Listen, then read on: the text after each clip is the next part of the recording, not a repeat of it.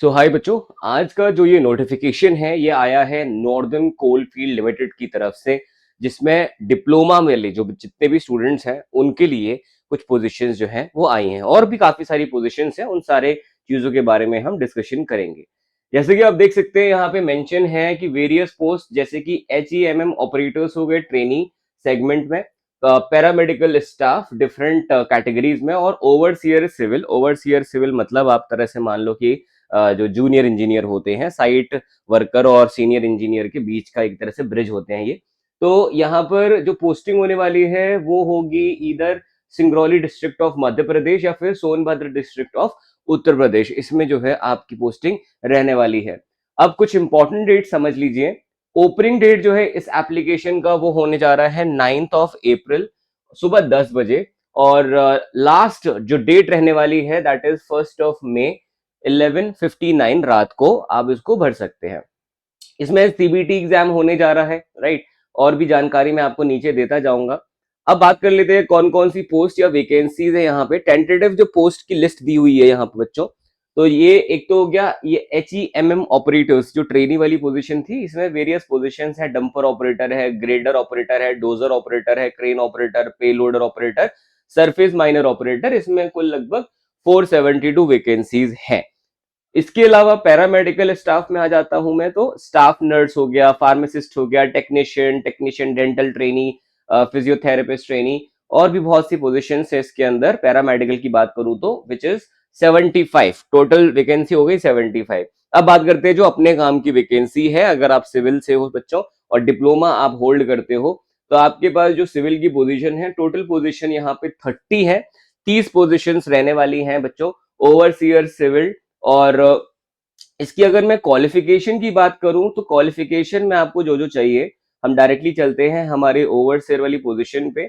सो ओवरसेयर civil T&S grade C के लिए जो एजुकेशन क्वालिफिकेशन मस्ट है वो है कि आपके पास मैट्रिकुलेशन या इक्विवेलेंट एग्जामिनेशन होना चाहिए, नंबर 1। नंबर 2, आपके पास एक रिकॉग्नाइज्ड डिप्लोमा होना चाहिए सिविल इंजीनियरिंग का, 3 ईयर कोर्स जो रहता है उसका। तो बस ये दो चीजें रिक्वायर्ड है। तो डिप्लोमा वाले जितने भी बच्चे हैं वो सारे के सारे यहाँ पे एलिजिबल हो जाते हैं फॉर्म भरने के लिए। बाकी कुछ स्पेशल रिक्वायरमेंट अगर है तो वो HEMM के लिए या पैरामेडिकल स्टाफ के लिए होने वाली है। अब हम अगले डिस्कशन पे चलते हैं जिसमें हम बात करेंगे सैलरी के बारे में। तो अगर हम बात करें अपने जूनियर इंजीनियर वाली पोजीशन जो है, उसकी सैलरी जो है बेसिक पे यहाँ पे 47,330 रुपीज एंड 25 पैसा रहने वाला है पर मंथ। बेसिक सैलरी के अलावा आपके पास रहने वाला है अलाउंस, जैसे कि आपके पास होगा DA, attendance bonus, special allowance, transport subsidy, medical facility as per the companies rule, national coal wage agreement 11। तो यहाँ पे आपको और भी चीजें रहेंगी, सिर्फ 47,000 सैलरी ही नहीं है। तो ये अच्छी चीज है सर, बढ़िया है, और क्या चाहिए। इसके अलावा एज वही है, इसमें 30 इयर्स आपका मैक्सिमम एज है। और department of candidate all employ of subsidiary, इसमें नो अपर एज लिमिट है। रिजर्वेशन जो इंडिया में जनरली फॉलो होता है सेम है, बिकॉज यहाँ पे किसी पर्टिकुलर स्टेट की बात हम नहीं कर रहे हैं। आगे बढ़ते हैं। एप्लीकेशन फीस की बात करें तो 1,000 रुपए इसमें फीस रहने वाला है, जिसपे GST भी लगेगा। 18% GST लगने के बाद ये हो जाता है 1,180 रुपए। यस, 1,180 रुपए है इसकी फीस। और अगर आप कैटेगरी से बिलोंग करते हैं किसी भी, तो आपके लिए निल है। अब इसके बाद मैं आता हूं नेक्स्ट सिलेक्शन प्रोसेस पर। तो सबसे जो अपने काम की चीज है वो ये रही। तो अगर हम बात करें यहाँ पे ओवरसीयर सिविल की, कंप्यूटर बेस्ड टेस्ट होने वाला है बच्चे आपका सेपरेटली हर एक पोस्ट का। कंप्यूटर बेस्ड टेस्ट में 100 मार्क्स रहने वाले हैं और 90 मिनट का ये होने जा रहा है। एक ही सिटिंग में होगा, 2 सेक्शंस इसमें रहने वाले हैं। एक सेक्शन रहेगा कंसिस्ट ऑफ टेक्निकल नॉलेज, जिसमें 70 मल्टीपल क्वेश्चंस होने वाले हैं, MCQ होने वाले हैं। और सेक्शन बी होगा general knowledge, general awareness, reasoning, verbal and mental ability and quantitative aptitude, जिसमें 30 मार्क्स आपसे पूछे जाएंगे। तो 70 नंबर का आपका टेक्निकल और 30 नंबर का आपका नॉन टेक्निकल यहाँ पे आएगा। और इसका सिलेबस भी है जो मैं आपको आगे बताऊंगा, इसी में ही दिया हुआ है। बाकी 1 नंबर आपको मिलेगा हर एक सही आंसर देने पर, और 0 मार्क्स कटेंगे आपके गलत देने पे, क्योंकि यहाँ पे there is no penalty for wrong answer, और जाहिर सी बात है अगर आप अनअटेम्प्ट करते हो या अटेम्प्ट ही नहीं करते हो तो भी कोई मार्क्स नहीं मिलेगा। तो पेनल्टी के लिए 0 मार्क्स है, यानी कि किसी भी तरह का नेगेटिव मार्किंग नहीं है। 100 जो मैक्सिमम मार्क्स है। मिनिमम कट ऑफ मार्क्स भी दिए गए हैं, 50 मार्क्स मिनिमम कट ऑफ है जो आपको निकालनी है अगर आप चाहते हैं कि आपका नाम भी मेरिट लिस्ट में जुड़ पाए। बाकी इसके आगे जो बेसिक जानकारी है, that is no minimum education relaxation and so. Alright, अब हम चलते हैं एक बार यहाँ पे जो सिलेबस है उस पर, और एक बार सिलेबस को समझ लेते हैं जो हमारे पास सिलेबस प्रोवाइडेड किया गया है। तो बेटा सिलेबस की अगर हम बात करें, हाँ, यहाँ पर तो 1 से लेके 70 क्वेश्चन तक जो टेक्निकल है यानी कि सेक्शन ए है, उसमें जो सिलेबस रहने वाला है वो कुछ इस प्रकार से आपको यहाँ पे मेंशन किया गया है।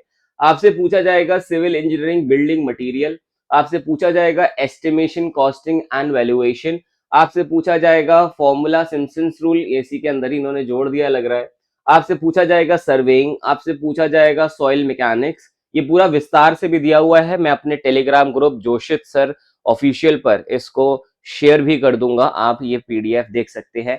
हाइड्रोलिक्स रहने वाला है, इरिगेशन इंजीनियरिंग भी है, आपका ट्रांसपोर्टेशन है, आपका रेलवे इंजीनियरिंग भी है, एनवायरमेंटल इंजीनियरिंग भी है। थोड़ा पीडीएफ इन्होंने अच्छे से नहीं बनाया है, जैसे कि आप देख सकते हैं, कहीं पे कोई गलती है कहीं पे कोई, पर कोई बात नहीं। Concrete technology, RCC design, steel design, मतलब अपना जो सिलेबस बेसिक होता है हर एग्जाम का वही सिलेबस फॉलो होने वाला है। यहाँ पे ऐसा कुछ नहीं है कि अलग से कोई स्पेशल चीज पूछने जा रहे हैं। अब आ जाता हूं मैं जो 30 एमसीक्यू होने वाले हैं सेक्शन बी में, उसमें जनरल नॉलेज आने वाला है about India and it's international relation, general science, Indian geography, Indian economy, art and culture, ये सारी चीजें। साथ ही साथ reasoning, verbal mental ability, general awareness and quantitative aptitude, ये वो सारी जानकारी है जो आपको पता होना चाहिए था इस वैकेंसी से रिलेटेड। कब स्टार्ट हो रही है फॉर्म वो आपको पता चल गया है, कितनी वैकेंसी है वो पता चल गया है, कौन सी ब्रांच एलिजिबल है वो पता है, मिनिमम एजुकेशन क्वालिफिकेशन क्या है वो पता है, आपको पता है फीस क्या है, आपको पता है मार्क्स कितने मार्क्स का एग्जाम होने जा रहा है, और आपको पता है कि एग्जैक्टली सिलेबस क्या है। यही वो बेसिक जानकारियां हैं जो आपको पता होनी चाहिए किसी भी एग्जाम के बारे में जब उसका फॉर्म आता है। फिर भी कोई डाउट हो अगर आपको, तो आप इस वीडियो के नीचे कमेंट करके मुझे बताना, मैं और मेरी पूरी टीम आपके जितने भी सवाल हैं उनका जवाब देने के लिए तैयार रहेगी। थैंक यू सो मच, मिलता हूं मैं आपसे अगले नोटिफिकेशन में। कोई भी नोटिफिकेशन मिस ना करने के लिए इस चैनल को सब्सक्राइब भी कर दो और Joshit sir official Telegram group को ज्वाइन भी कर लो। Thank you, have a nice day.